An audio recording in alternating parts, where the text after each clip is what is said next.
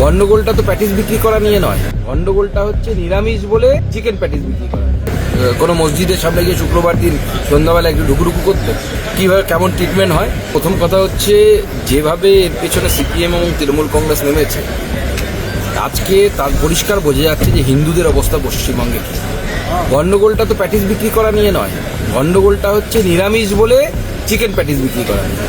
দুটোর মধ্যে তো পার্থক্য আছে। আমি চিকেন খাই, কিন্তু কেউ তো নাই খেতে পারে, কিন্তু তাকে তো আপনি মিথ্যে কথা বলে ভেজ বলে চিকেন খাওয়াতে পারেন না। অপরাধ তো, তাও গীতা পাঠের মতো একটি পবিত্র জায়গায়। আজকে সিপিএমের যে বাচ্চা ছেলেটি কেস মামলা করেছে উকিলবাবু, তাকে বলুন তো, সে তো সন্ধ্যাবেলা হলে মাঝে মাঝে ঢুকুঢুকু করে, আমার কাছে খবর আছে। তাকে বলুন তো কোনো মসজিদের সামনে গিয়ে শুক্রবার দিন সন্ধ্যাবেলা একটু ঢুকুঢুকু করতে কীভাবে কেমন ট্রিটমেন্ট হয়। ওখানে করা যাবে না, কারণ ওখানে গেলে পরে কল্লা নিয়ে নেবে, গলা কেটে ফেলা হবে। হিন্দুদের উপর এই চরম অত্যাচার, সিপিএম তৃণমূল সব মিলে হিন্দু বলে এদেরকে অ্যারেস্ট করা হয়েছে, এবং হিন্দুদের উপর এই অত্যাচার তৃণমূল কংগ্রেস এবং সিপিএম মিলে করছে। আমরা নিঃশর্ত মুক্তি চাইছি। একটি হ্যান্ডিক্যাপ ছেলে, তার শরীর ভালো না, ক্যান্সারে আক্রান্ত, তাকে পর্যন্ত গ্রেপ্তার করে নেই, ছেলেটির একটা পা নেই।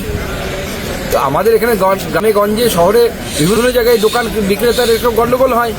তৃণমূল কংগ্রেসের নেতারা কতজনের দোকান ভেঙেছে 21-এর ভোটের পর। হরগোবিন্দ দাস, চন্দন দাস মারা গেল, খুন হলো বাড়ির সামনে, কোনো বুদ্ধিজীবীকে তো তখন চিৎকার করতে দেখিনি। ও হিন্দুর জীবনের দাম নেই নাকি?